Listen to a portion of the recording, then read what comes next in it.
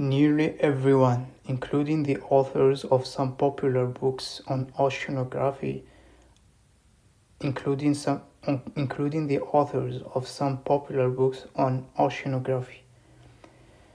Nearly everyone, including the authors of some popular books on oceanography, assume, assu- assumes that the human body would crumple under the immense pressures of the deep ocean. In fact, this appears not to be the case, because we are made largely of water ourselves, and water is virtually incompressible. In the words of Francis Ashcroft of Oxford University, the body remains at the same pressures as the surrounding water and is not crushed at depth. It is the gases inside your body, particularly in the lungs, that cause the trouble. These do compress, though at what point the compression becomes fatal is not known. These these do compress, though at what point the compression becomes fatal is not known. Until quite recently, it was thought that anyone diving to 100 meters or so would die painfully as his or her lungs imploded or chest wall collapsed, but the free divers have repeatedly proved otherwise. It appears, according to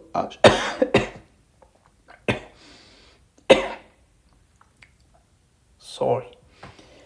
It appears, according to Ashcroft, that humans may be more like whales and dolphins than had been expected.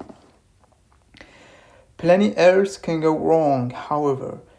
In the days of diving suits, the sort that were connected to the surface by long hoses, divers sometimes experienced a dreaded phenomenon known as the squeeze.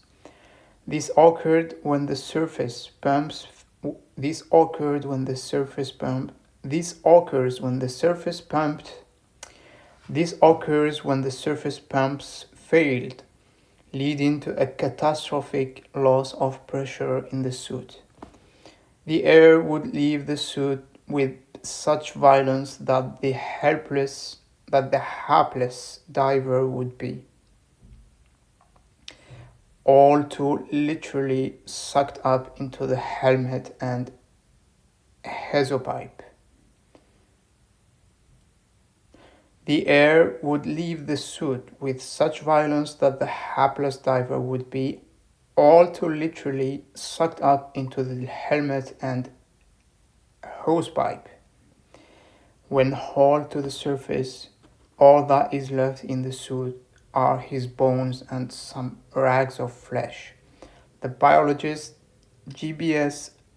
Haldane wrote in 1947, adding for the benefit of doubters, this has happened. Incidentally, the original diving helmet, designed in 1823 by an Englishman named Charles Dean, was intended not for diving but for firefighting. It was called a smoke helmet, but being made of metal,